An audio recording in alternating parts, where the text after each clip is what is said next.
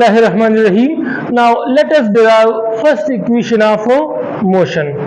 इस लेक्चर में हम फर्स्ट इक्वेशन ऑफ मोशन को डिराइव करेंगे, which is mathematically written as Vf is equal to Vi plus At, where Vf represents the final velocity, Vi represents the initial velocity, A represents the acceleration and T represents the time।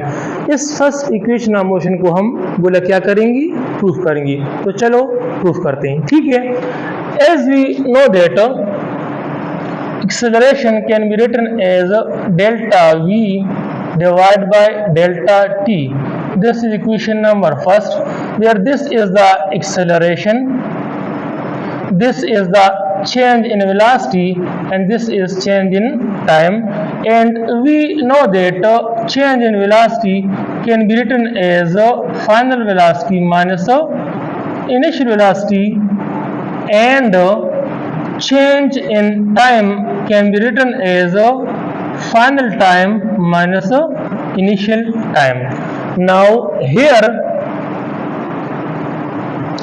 initial time is equal to 0 seconds, so put this here, so we will get that delta T is equal to Tf, or we can say that delta T is equal to T, and delta V is equal to Vf minus Vi। Now we have to put this value here and this value here, so equation number first implies that acceleration is equal to Vf minus Vi divided by Sagula T।